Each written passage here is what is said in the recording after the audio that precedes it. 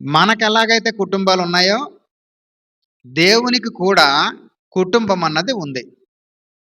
చూద్దాం ఒకసారి బైబిల్‌లో దేవునికి కుటుంబం ఉందో లేదో. ఎఫెసీయులకు రాసిన పత్రిక. బేస్ ఎక్కువైనట్టుంది. ఎఫెసీయులకు రాసిన పత్రిక అందరూ తీద్దాం. 3వ అధ్యాయం 14వ వచనం ఒకసారి మనం చూసుకుందాం. ఒకసారి చూడండి. చాలా పెద్ద సెంటెన్స్ ఇది. ఇందులో పౌలు గారి యొక్క ప్రార్థన గురించి రాయబడింది. ఆ ప్రార్థన గురించి రాసేటప్పుడు మొదట్లో ఒక 2 లైన్లు మనం చూసాం చూడండి. మరొకసారి చూడండి. మొదట్లో 2 లైన్లు నేను చదువుతాను చూడండి. ఈ హేతువు చేత పరలోకమందును భూమి మీదను అన్నాడు. పరలోకమందు భూమి మీద రెండు స్థలాలు చెప్పాడు. పరలోకమందు అది ఎక్కడుంది? అది పరలోకం. దేవుడుండే లోకం పరలోకం. ఎక్కడుంది అది మనకు తెలీదు. చనిపోతేనే తప్ప, యేసు ప్రభు రెండవ రాకడ వస్తేనే తప్ప అది ఎక్కడుందనో మనకు తెలియదు. కానీ ఉంది. ఈ లోకం అయితే కాదు. ఏం తల్లి? పరలోకం ఈ లోకం ఒకటేనా? కాదు కదా. చనిపోయిన తర్వాత వెళ్ళే లోకం ఏది? మృతుల లోకం. చనిపోయిన తర్వాత వెళ్ళేది మృతుల లోకం. దేవుడు ఉండేది పరలోకం. యేసు ప్రభు రెండవ రాకడలో మనల్ని అందరినీ కూడా ఎక్కడికి తీసుకువెళ్తాడు ఆయన? పరలోకానికి. ఇప్పుడు చూడండి, పరలోకమందును భూమి మీదను అన్నాడు. పరలోకమందు భూమి మీద అంటే ఈ భూమి మీద మనం ఉన్నాం. పరలోకంలో ఎవరున్నారు? దేవుడు ఉన్నాడు. ఇంతకు ఏం చెప్తున్నాడు అక్కడ రచయిత? పరలోకమందును భూమి మీదను ఉన్న ప్రతి కుటుంబము అన్నాడు. ప్రతి కుటుంబము. ఎక్కడున్నాయట కుటుంబాలు చెప్పండి? కుటుంబాలు ఎక్కడున్నాయి? పరలోకంలో కుటుంబం ఉందట, భూమి మీద కూడా కుటుంబాలు ఉన్నాయట.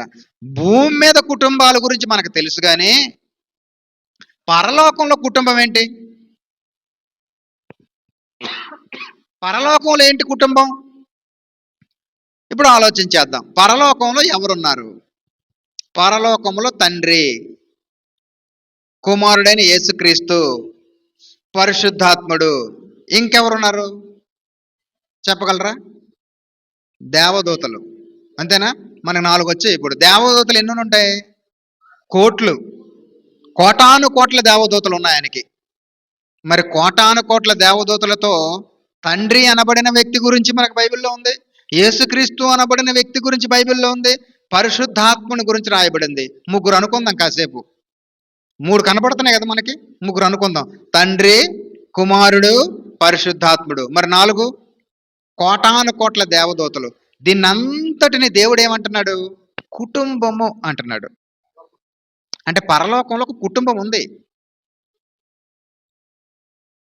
ఇప్పుడు యవ్వనస్తులైన వ్యక్తుల్ని వివాహం ఎందుకు చేస్తారు? వివాహం ఎందుకు చేస్తారు? వయసు వచ్చింది కదండి, అందుకే వివాహం చేశారండి అని అంటారా? అతనికి ఒక కుటుంబం ఉండాలి. అంతేనమ్మా? ముసలోళ్ళు అయిపోయిన తర్వాత పిల్లలకు పెళ్ళిళ్ళు అవ్వట్లేదు అనుకోండి, బాధపడిపోతూ ఉంటారు చాలామంది. నా కొడుకు పెళ్ళి అవ్వట్లేదు, నా కొడుకు పెళ్ళి అవ్వట్లేదు. వాడికి పెళ్ళి అయిపోతే వాడి పెళ్లి చూసి నేనేం చేస్తాను? ఆ శ్మశానంలో సెటిల్ అయిపోతాను. నా సాగు వచ్చేలోపు నేను ఎవరిని చూసేయాలి? నా కొడుకు పెళ్లి చూసేయాలి అని మీరు అనుకుంటారు లేదా ముసలోళ్ళు?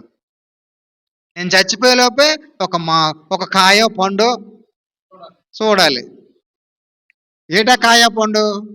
మనవడో మనవరాలో చూసేయాలి. నా సంతోషం తీరిపోవాలి. ఆ తర్వాత నేను ఎక్కడికి వెళ్ళిపోవాలి? శ్మశానానికి వెళ్ళిపోవాలి. ఆ తర్వాత చచ్చిపోయినా పర్లేదంటారు.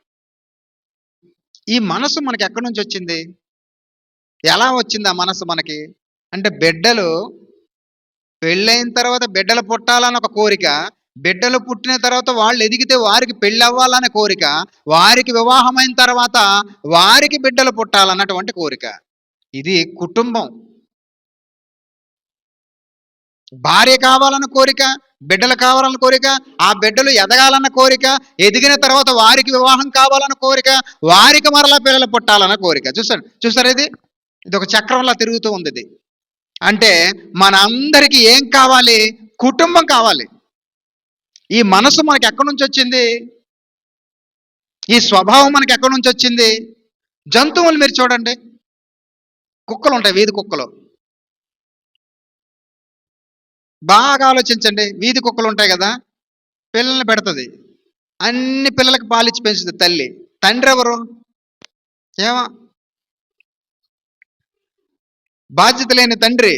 ఎవడో ఆ తండ్రి తిరుగుతాంటాడు ఊరి మీద. తండ్రి లేడు.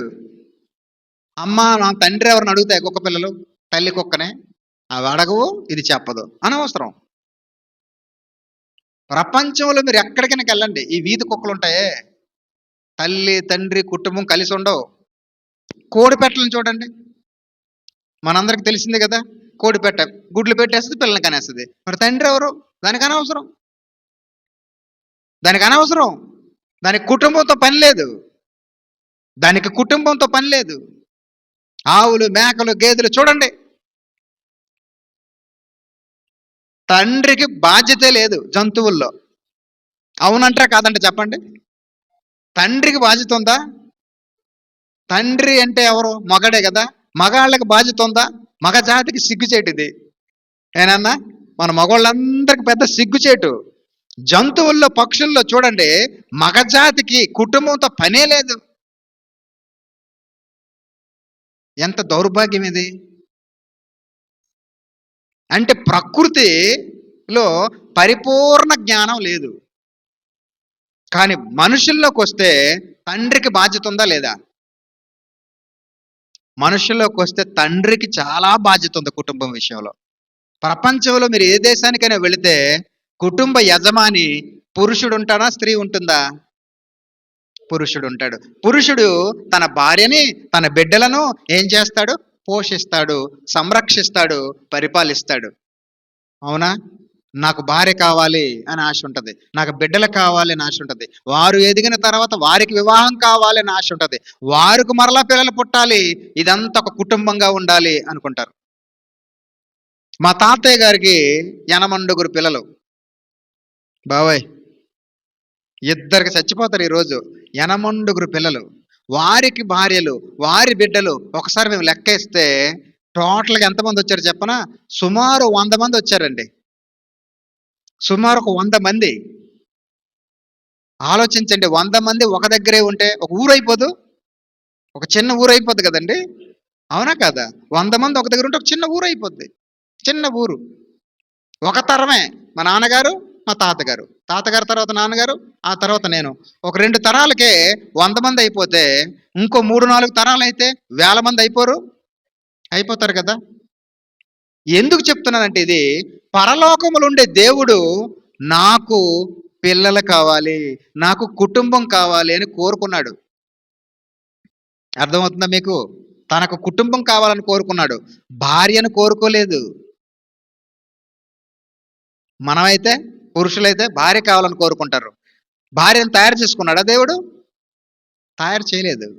భార్యను కోరుకోలేదు, బిడ్డలు కావాలని కోరుకున్నాడు. కోరుకుని తన మనసులో ఏమనుకున్నాడు చెప్పనా? తనతో ఉన్నటువంటి యేసుక్రీస్తుతోనూ, తనతో ఉన్నటువంటి పరిశుద్ధాత్ముడితోనూ, తనతో ఉన్నటువంటి ఆ కుటుంబం, ఆ ముగ్గురు ఏమనుకున్నారు చెప్పనా? మన స్వరూపమందు మన పోలిక చొప్పున నరులను చేయుదము. నా స్వరూపమందు నా పోలిక చొప్పున నరులను చేయుదును అనలేదు, చేయుదము. మన స్వరూపం అన్నాడు.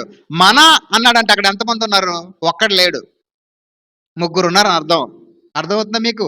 మన స్వరూపంలో మన పోలికలో నరులను చేయుదుము. పోలికలు ఎవరికి వస్తాయి చెప్పండి? తల్లిదండ్రుల పోలికలు కదా పిల్లలకు వస్తాయి. అంటే నా పోలికలో నా స్వరూపంలో నాకు పిల్లలు కావాలనే ఆలోచన దేవునికి మనసులో కలిగింది. కలిగి బిడ్డలను చేశాడు, ఆదామును చేశాడు.